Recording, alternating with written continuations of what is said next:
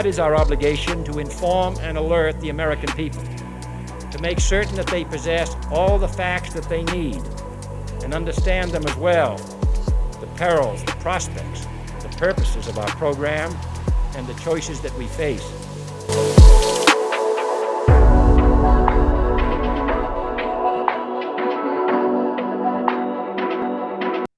What's up, everybody? This is Matt Kennedy checking in with another episode of Ultra MK Podcast, where together we are reversing the narrative. And today I have a very, very special guest on the show who I've been wanting to bring on for many, many months now. I've been following her online and some of the work that she's been doing, and she's very, very interesting. I think you're going to find her very interesting as well. And today we're being joined by Rachel WriteSide Blonde. And how are you, Rachel? I'm good. How are you? Good. Thanks for taking some time out of your Saturday to come in and to help me help further awaken my audience to cool information that you know about and that you have been spending most of your adult life pursuing truth through an outlet called George Magazine that has been around since the early 90s? 95 was the first year. Yep. October 95. 1995 was the very first George Magazine. And I don't know how much your audience knows about George Magazine. Should I just give a short little introduction about what it was? I would love for you to do that. Okay. All right. Well, JFK Jr., really not knowing what he wanted to do. He obviously was an attorney, political family, didn't really know what he was going to do. So he and Michael Berman created George Magazine in the mid 1990s. In 1995 was the first issue. And it was a magazine that mixed pop culture and politics to make them interesting, make really mainly politics interesting, because the public's attention span was very fickle and we were really interested in more pop cultures type stuff. So he was trying to get people interested in the political process so that we would understand and learn and maybe even take part in the political process. So it's a brilliant idea. And you can see that he was way ahead of his time, because look what's happening now. We have the marrying of pop culture and politics all the time. It's my belief, and a lot of people's beliefs that watch my show, that JFK Jr. knew certain things, maybe things that we're finding out currently. He knew them way back then and probably before. And he was trying to put some of that information into articles in the magazine. And some of the things I've read in my show, I just did my 172nd episode yesterday. And some of them are really short. They're honestly, most of them are under 20 minutes. They're just, it became a hobby of mine. So every Friday I would put one video out about the George magazines. And it's not my full-time job. It's just something I really find interesting. So I'm doing it because I'm passionate about it. And some of the things I've read in these magazines, it's like mind-blowing.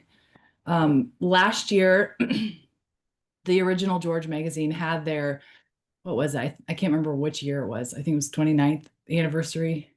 Yeah, it'd be the 29th, because this is the 2025. So it's been 30 years since 1995, the 30th anniversary. So it was the 29th anniversary of the George magazine launch, and it was in Chicago at the DNC. And I went there. I flew to Chicago for one night and then flew back in the same day. So I flew in, went to the thing for 2.5 hours, came back to the airport, flew back. It was a whirlwind. You said the DNCs. You said it launched. The DNC. It launched with the Democrats. No, it didn't launch with the Democrats. The anniversary party last year was at the DNC in Chicago when they were in Chicago. Interesting. Yeah. So I went there amongst all the Democrats. But Paul Begala was there, Rosemarie Terenzio, who was JFK Jr.'s most trusted, like she was his right-hand woman. She's the one who helped plan his wedding in secret. She was there, and I met her, got her book, really had a nice conversation with her. So just getting to meet some of these people is really, really cool. I've read her book, read both of her books, actually. She wrote Fairy Tale Interrupted and JFK Jr. What was it called? It's like not an autobiography. It's basically she just takes clips, an oratory, I think is what it's called. But anyway, she takes clips of people's different interpretations of what he did in stories, and she put them together. So it's not like a typical book where you read it and it's paragraphs. It's like little snippets of what people said about him, so you can get an idea of what he was like. So George Magazine was a big part of his life, from 95 till 99, his plane crash. Yeah. Yeah, I see often the clips where he has been interviewed. He was interviewed so much in the 90s by like Jay Leno and all these people. And he was talking about George Magazine and what that meant to him. Mhm. And it's really neat that we can still look back, with the Wayback Machine and the internet now to see some of those interviews and how he felt about George Magazine and what it was supposed to do Mhm. at the time. And then looking back with what's happening today, you're like, he was way ahead of the curve, Yeah. extremely ahead of the curve. So much to so you like you question like, is there really time travel? Is there, It is crazy. is time travel a thing, And let me just ask you, like, do people sometimes wonder if you are like the descendant of JFK and his wife, Carolyn Bessette, because you Yeah, kind of resemble her, like I'm she could be your honored that mom. I'm honored that people think that because she's clearly gorgeous. I have had people tell me certain things like that, and my response is I literally just me. I'm just from Iowa. I'm passionate about George Magazine. And that's all that's all I say. It's just me. I've never Sure, claimed to be anybody else.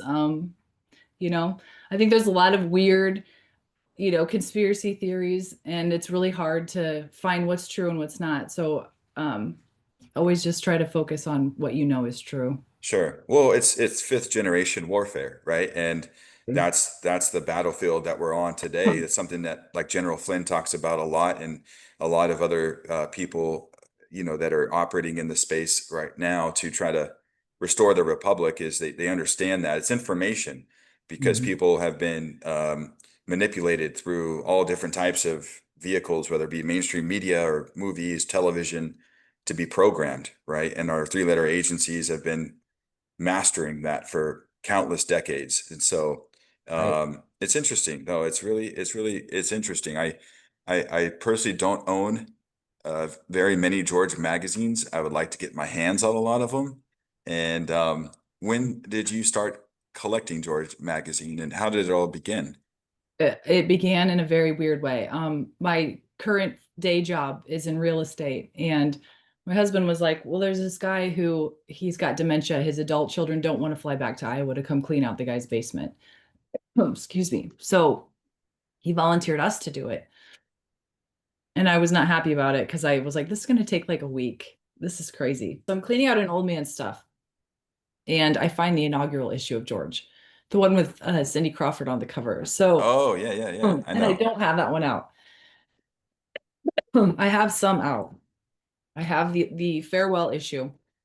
This was the last one, and then this was the guess which cover this was.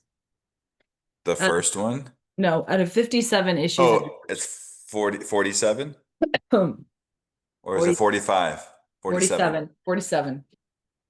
So I find the first cover and started going on eBay and just trying to like fill them in. And I befriended Vincent Fusca, who is a very mysterious guy.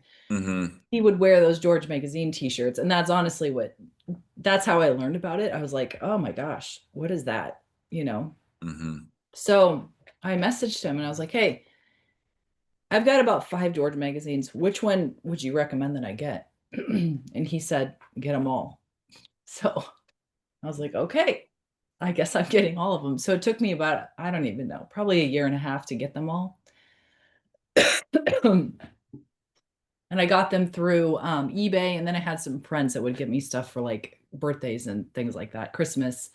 I would tell them which ones I needed and they would go find them somewhere. So that was really nice. But I finally had them all, I believe, in the summer of 2022. So it took me about a year, a little over a year to get them all. Mm. And yeah, some of them are really, I just can't, like the fact that JFK Jr. put them in there. I'll show you one. Hold on one sec. Have you been able, like, okay, are there cryptic messaging? Is there cryptic messages within the George magazines? And do any of them correlate with Q posts? I would say I honestly, I know like a lot of the Q posts, but I did not follow Q from the beginning. Hmm. So I don't have a grasp of everything that it said, but it talked about the start, HRC. It talked about the Senate run, right? Hmm. And so I was going to show you this magazine. I have a couple copies of each one, and of course I picked the one that's like completely wrapped up. Hold on one second. Get the other one out. Okay, this was from 1999. So 1999 was the year that JFK Jr.'s plane went down Hmm. in July, right? Hmm. On the cover of the April issue of George magazine. So just 3 months before that, look what it says right here. Why Hillary won't be senator. Okay, so your main opponent in this race is probably going to be JFK Jr., and he has a political magazine, and he puts that on the cover of the April issue. Right, And right. then 3 months later, your plane mysteriously just goes down. Pretty weird, right? And then, hold on, I have another good one. Um, this, see, everybody talks about the survival guide to the future from February of 1997, the one with the blonde on it and Hmm. Mount She's wearing like Rushmore in some, the background. she wears like a sci-fi, like a costume on. Yes, yes. Yeah. Everyone talks about that because in that magazine it talks about a lung attacking virus, Mm, which is really interesting. right. But in that same magazine, in that same issue, Bill Gates is JFK Jr. interviewed Bill Gates and talks about in the issue that they're talking about the lung attacking virus. JFK Jr. is interviewing Bill Gates, and Bill Gates says, "I fund population control." So people only get like they got half the story with it. There's so much more to it when you look into it and actually read all of the articles that are in them. So this is another one. So there was only one issue of George magazine where he had a guest editor in chief. And it just so happened to be the August 1999 issue. So the month after his plane crashes, right? Hmm. In the magazine world, you work like 2 months ahead of time. So Hmm. like right now I'm working on the December and January issue of my magazine, and it's only October something. So you're working ahead Sure. in the future. So he would have been working ahead in this on this August issue in like probably May May, yeah. 99. Hmm. And so excuse me. It's So he okay. had Ben Stiller on the cover as the editor in chief, guest editor in chief, and he called it the political humor issue. Okay, humor. This is crazy too. So I in the language of semaphore, which is like flags. It's my Yeah. understanding that the letter Q is yellow, right? It's all yellow. So we have humor in all yellow, and then if you look closer, he's sharpening a pencil in a Bill Clinton pencil sharpener. Hmm. And that's the humor issue. Um, so there's just all kinds of little things. If you think outside the box like I do, could it mean nothing? Yeah, it could mean nothing. But when you put it all together and you look at how many of them, these little coincidences there are, to me it seems like it's not a coincidence. Mathematically impossible, right? Right. Mathematically impossible. Another one, I wonder if he knew about, like I didn't know about this, but until like, the people making reels on stuff since COVID and everything. But like there was like New World Order trading cards that came yeah, out, and then like a board game for the New World Order. I It's know. like, what if he already knew that in their in their false religion, in their Babylonian religion, that they actually have to put it out in advance for them to have good karma to I do the think things and have power because they're all a satanic death cult. That could he like look at these cards and be like, I should write an article on this because look, they're going to create a bioweapon, or look, they're going to feed their own people to each other through food, and Soylent Green people. So let's write an article. You know what I mean? Like, right. I'm just wondering like what kind of clues maybe he had. I think he knew a lot more than he probably knew. I think he knew. He grew up with Secret Service around him until he was like 16 or I think he was 18. Then they stopped protecting him. So he knew a lot. And in one of the books written about him, he said that Bobby knew everything. Not RFK Jr., but The Robert uncle. Sr. knew everything and what Mhm. happened. You don't think that JFK Jr. knew? Like he knew. Of course. Just the story in general, like whether you think he's alive or not alive, the fact that you come from a family lineage where you've been hunted and people have assassinated your father and your uncle, Yeah, like tell me the stage doesn't get set to where you're like, okay, well, at some point they're going to come for me. So do I let that happen or do I prevent that by planning my exit strategy, planning a way for me to exit stage left so I can then orchestrate the movie from behind the scenes. yeah. There I mean, is it's hard to not think that. It's hard to not some, think that. yeah. There's some misconceptions out there too. I know I've seen a meme going around that was like, it's a picture of JFK Jr. and Trump, and it says, I'm going to figure out who my father's killers are. I can't remember what exactly it said. And it said it was in George magazine of June 1999. I've looked, it's not in there. And Hmm. I think there's information and disinformation, obviously. So um, I don't know who put that out there, but it wasn't true. Yeah, and that's the thing is like if this is like Sun Tzu Art of War, you don't tell your enemy what you're gonna do, no matter what timeline it is. Like you just do it whenever you feel like you just do it. So I just think that yeah, no, I would agree there's a lot of misinformation and there's a lot of things out there to make it look like people who think that he's still alive look crazy, Exactly. but that's a part of information warfare. Exactly. That's what people need to realize that I think honestly, and I was like this in the very beginning when I was waking up, you'd hear something and you would instantly believe it. You're like when you're first waking up, your discernment's terrible. Hmm. And then you wake up and you really start looking at things like logically and you're like, okay, that doesn't make sense at all. So there are times when we have to stop ourselves and be like, okay, that doesn't, that would be perfect if that was true. I want it to be true, but is it true? And you have to really like dig and actually see if things are true. This is another one I wanted to show people. This is from earlier in 1999. So January of 1999, again, July 1999, the plane crash happens. So on the cover, John Kennedy takes on Clinton's worst enemy, Richard Mellon Scaife.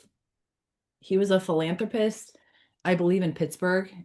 I know he was in Pennsylvania. I can't remember if it's Philadelphia or Pittsburgh. I think it's Pittsburgh. But you go back and you look in the 90s and see what Richard Mellon Scaife was doing. He was questioning everything about the Clintons. And this was one of the quotes from the interview. There must be 60 people in the Clinton administration who've died mysteriously. Wow. He was ahead of it. Yeah, this was what he Because said.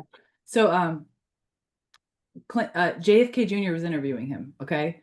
So JFK Jr., if anyone says, oh, he didn't believe in the Clinton body count, whatever, oh my gosh. Yes, he did. Yes, he did.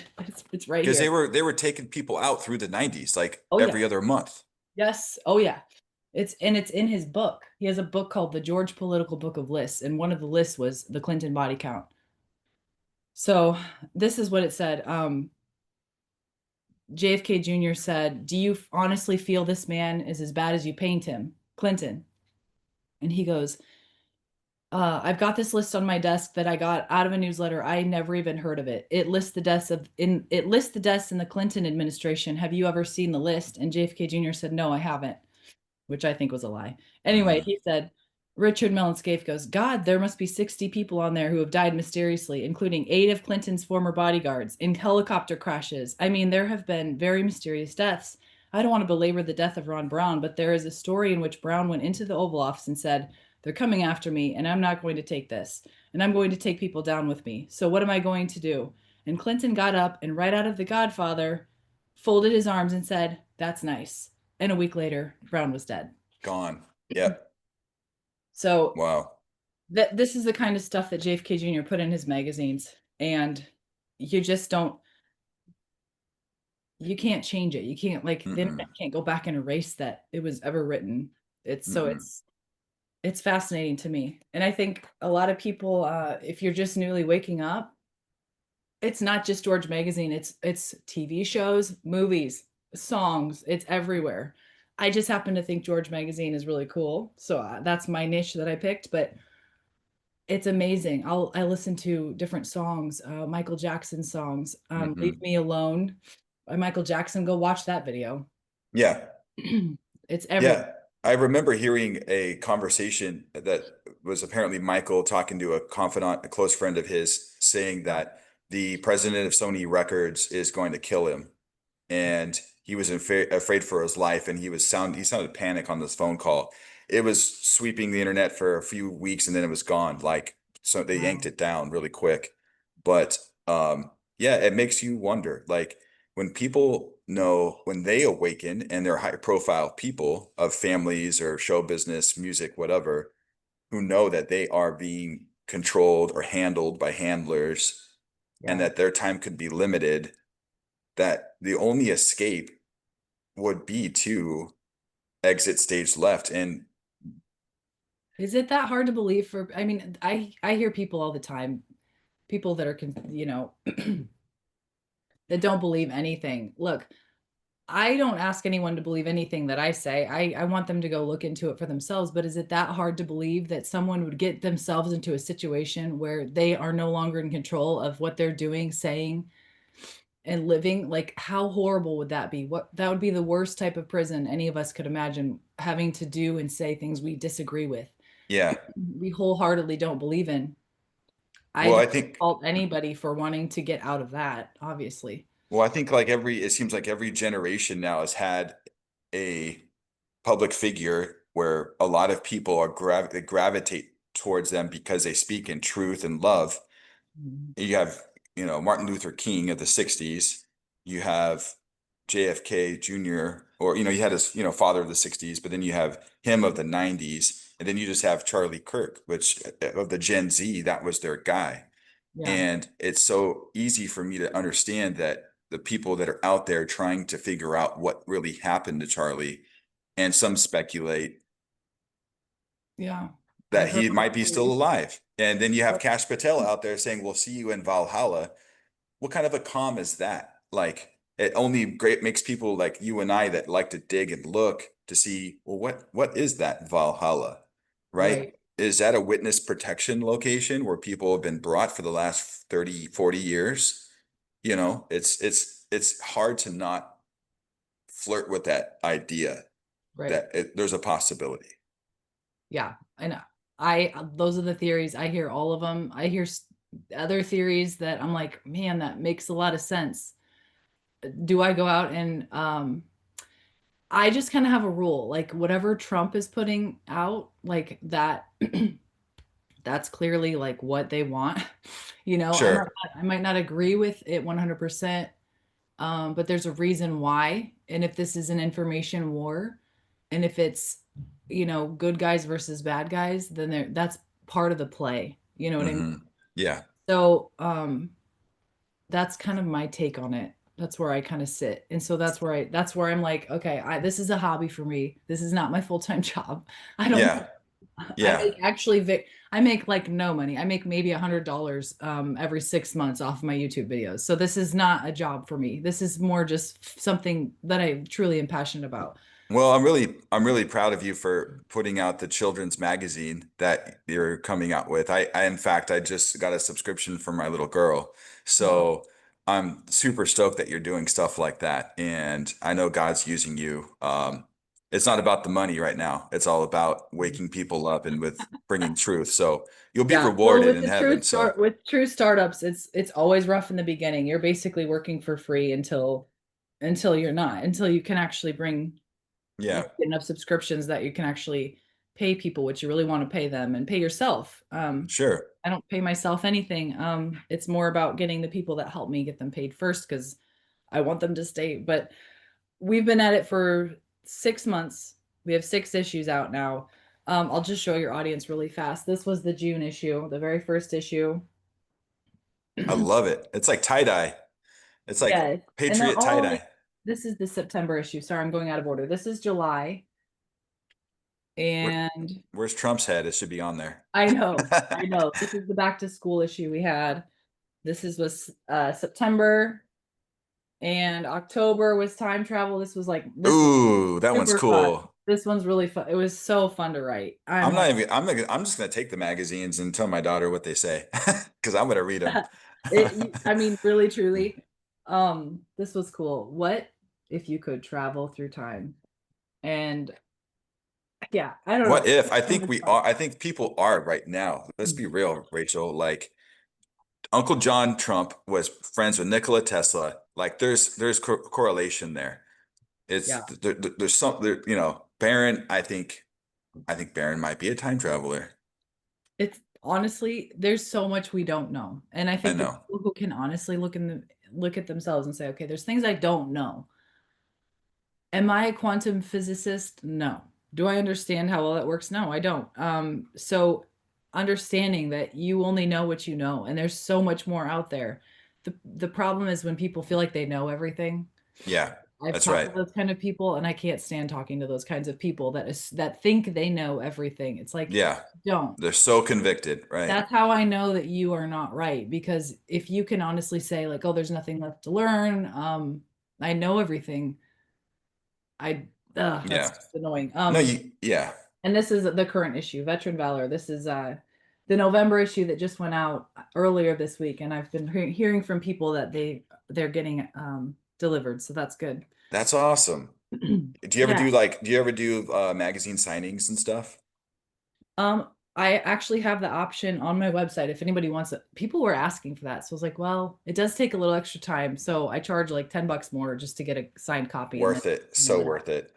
Yeah. So I do sign copies if they want those, but I just decided recently because I don't have room in my house for endless magazines. So I'm like, okay, January 1st, I'm going to stop offering the June issue. And then so from then on, every 6 months, you won't be able to get the first issue or second issue or third issue. So I might keep like 40 copies of each month and sign them and then just use them as giveaways eventually or something like that. But they're not going to be available for purchase on purpose. Or if somebody wants to do an auction or something, I would be willing to donate stuff like that. But I don't want them to be for profit. They're just for giveaways or something like that. So Yeah. that's kind of what I did because I don't have a huge house and I don't really want to have them filled with magazines from the floor to the ceiling. What was the deadline? You said like November 1st, like people should subscribe before November 1st. Why Oh is yeah. that? We have a Willy Wonka. It's called Freddie Wonka because my dog Freddie here, who's playing with his toy down there. It's Freddie Wonka's giveaway. So we're going to put golden tickets in each December issue. There's going to be 5 golden tickets that go out. In order to be in the running or like be signed up for that, you have to be subscribed. So you have to be on the subscriber list until before November 22nd. That's like the cutoff date. Then we'll mail them out after that. And then whoever wins How gets like a fun. t-shirt, a signed issue one, the copy of Charlie and the Chocolate Factory, a cute little like Freddy stuffed animal that my daughter, honestly, she's trying to steal them. I got to keep my eyes on her because she's sitting up there and she's like, I really like this. Can I have one? I'm like, no. That's so cute. Oh, that's Yeah. awesome. So we're trying to make it fun. And Yeah. what's cool about the magazines is that, okay, I have an 11-year-old and a 9-year-old, and they help me a lot because I'll say, well, which picture do you like better? Or does this make sense to you? So they're kind of my kid testers. Hmm. What's cool is it has everything in the magazine that I as a mother would want. It has Hmm. a workout, a healthy recipe, a science experiment. Kids like to do stuff. Right. There's stuff this month it was writing a letter to a veteran. It was a little like a letter that would help you write one if you wanted to. And there's also stuff about the Constitution, our rights, a faith-based story or two, just depends on the issue. So there's everything that I can think of that I would want my children to get. Hmm. Different social situations, what to do about bullies, just things that kids and these are real things that my kids deal with every day. So it's cool. They come home from school and they talk about, oh, so and so did this. And so I'm like, okay, I'm gonna write that down and I'll use that as an article idea in the future because obviously children are dealing with this because I have 2 kids Oh, that are totally. right now. So yeah. They're dealing with a lot. They're dealing with a lot. We really have to pray for our kids and for this world, digital world where they're more accessible now more than ever. Hmm. and there are predators right now that are actively trying uh, to kidnap and traffic children, and it's happening all over the place. So the more parents could be involved in their children's lives and bringing these kinds of positive, patriotic, fun things, I think that you're definitely doing some great stuff. It, I just saw a video yesterday, last night. It was about a 10-year-old girl who committed suicide because she was on her phone at night and kids were making fun of her because she had either braces or glasses. I can't remember. The girl had glasses. But this girl, she's 10. Why does she have, first of all, why does she have a phone? Second of all, why is she on it late at night? And the mom was on being interviewed and she was like, I'm just letting parents know you shouldn't have your kids on, they shouldn't be on their phones and they shouldn't be doing this. So I've had a lot of people say, well, physical magazines, they're on the way out. They don't, kids, everything's going on the computer. And I disagree. I feel like we're going to have something where we're like, okay, we've seen how dangerous this stuff can be for children. Mhm, mhm. Obviously, yes, we are moving towards a more digital age, but when they're young like this, they need tangible things that they can touch and they can write and they can learn how to write cursive and they can reflect on their feelings about certain things that we talk about in the magazine. So, I'm very serious about the no cell phones, no, Yeah. especially at night in your room with little kids. There's kids, my daughter's 9, and last year, no, 2 years ago, one of the girls in her class already had a smartphone. Mm. And I remember watching her on her phone after basketball practice, and I was like, why does she have a phone? Well, I don't know. Her mom got her a phone. And so I just think it's really dangerous. You're essentially handing your kid the entire internet. And some of these parents are really, really naive. They're extremely naive. Yeah, I know. So it's disturbing to me when Yeah. that happens. Well, let's shift gears a little bit. So, uh, did you ever hear a guy? He was in many different podcasts teaching people about gematria and explaining how the world has been controlled by secret societies. And he went by the name of Negative 48. Yes. Uh, and then the internet caught on. They said, "Oh, this guy's name is like Michael Protzman or something like that." Hmm. Did you hear any of his interviews, or did you hear I about? heard some of them, yes, early on. And I'm friends with Tom Numbers, who also does gematria, and I Hmm. think did a couple shows or hung out with Negative 48 a couple times. But yeah, I never spoke to Negative 48 personally. I saw him at a couple events, but I Hmm. did hear, excuse me, I did hear some of his shows, yes. What about a gentleman that's on a lot of shows right now, the Ghost? Do you know who that is, or have you ever Um, spoken with him? I may have. I talk to so many different people that use these aliases, and so I feel like I might have talked to him. Mm, I think it was him. Maybe not. There's like three people that they all kind of sound similar. yeah. Uh and they like we message, but I don't know. I think I talked to the Ghost Patriot, not the Okay. Ghost. Okay. Yeah. See what I All mean? right. They're so similar that I'm like, okay, was it this one Yes. or was it that one? So Right.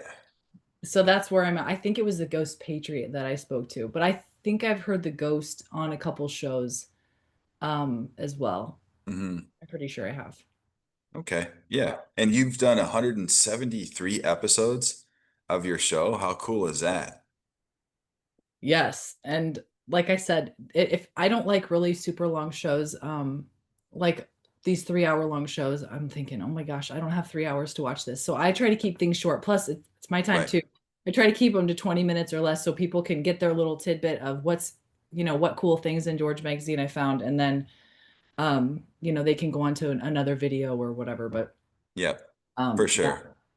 yep. Well, I'm glad that you took the time on the weekend to come and be on my show for the very first time. The information you shared today is amazing. I think that you probably sparked something within some of the viewership for people who are now going to want to go seek out George magazines. They're still in circulation, right? Like you can still pick them up. Yeah, so there's the original George magazines, and those ran from 1995 to 2001. And the last one from 2001 is the JFK Jr. With it's the farewell issue with JFK Jr. on the cover. And then there are new George magazines that are in circulation that started in 2022 that are still being put out. And I worked with them for about a year and a half. Those are not the same as the originals. So just be Mhm. careful when you're buying. Some people on eBay are trying to sell the new ones as if they're the old ones, and the old ones are expensive. They can be at like $100 for a magazine, which I think is expensive for a magazine that cost Mhm. probably $3 or $2.99 when it was made. My Survival Guide to the Future cost me thousands of dollars. It's embarrassing, but I spent lots of money on that thing, but I really wanted it. So you can find them on eBay, but just make sure they're from 95 to 2001. Those are the true JFK Jr. originals that are worth money. And honestly, I feel like they're going to be worth a decent amount of money. And some issues, like people don't know, like the ones I showed today with Richard Mellon Scaife saying that there was a Clinton body count, or the one where it says Hillary won't be senator. Those are that's crazy. All of those things are Right. in and of themselves are crazy, but then to have so many is just mind blowing. Yeah, there's like so many clues in there, and I just think it really does kind of drive the imagination to like what's in there, what's hidden in there. There could be like golden nuggets that people are still finding out about, and I still think they're going to be a huge part of our American history moving forward.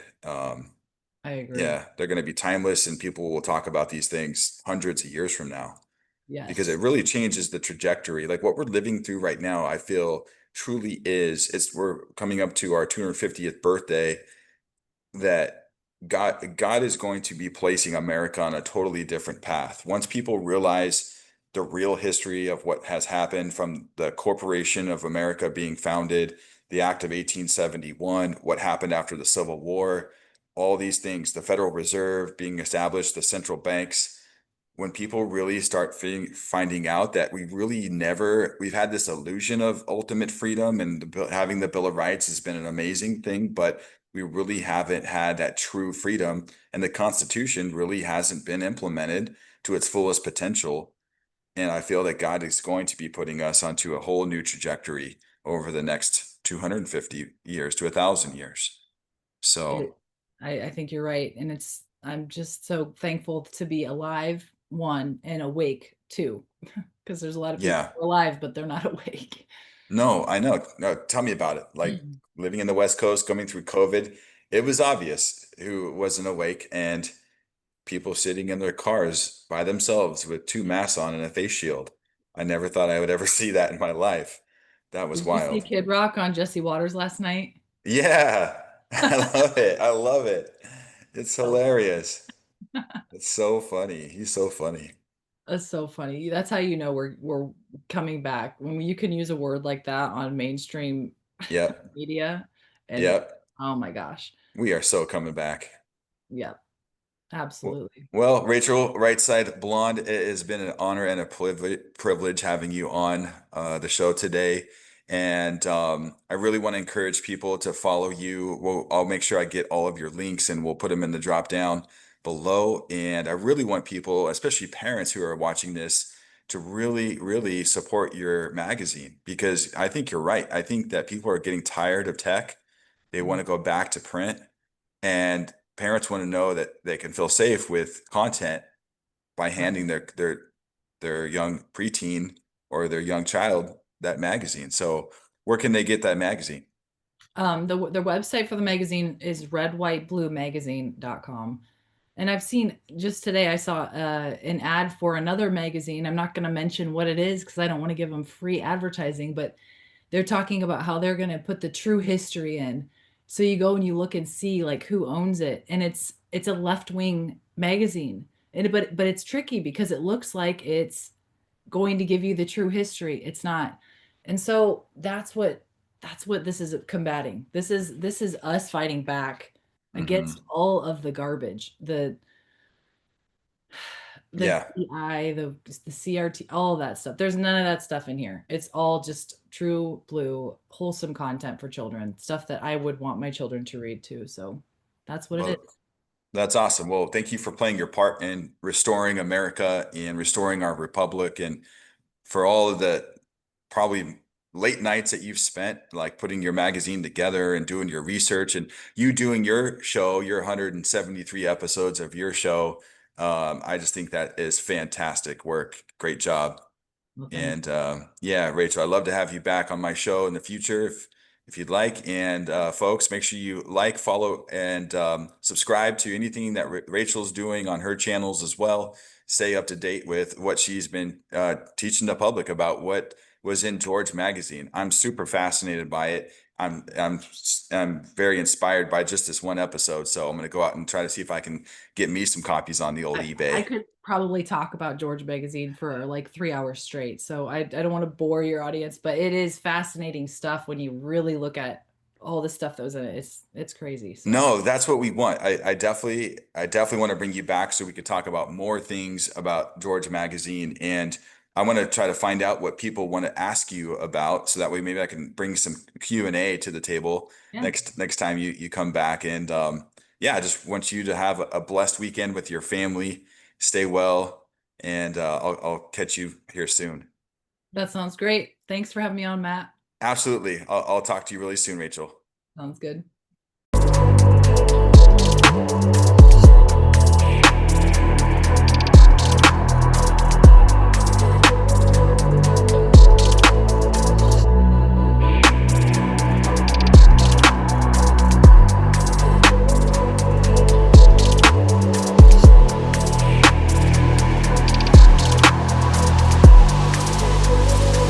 That is our obligation, to inform and alert the American people, to make certain that they possess all the facts that they need and understand them as well, the perils, the prospects, the purposes of our program, and the choices that we face.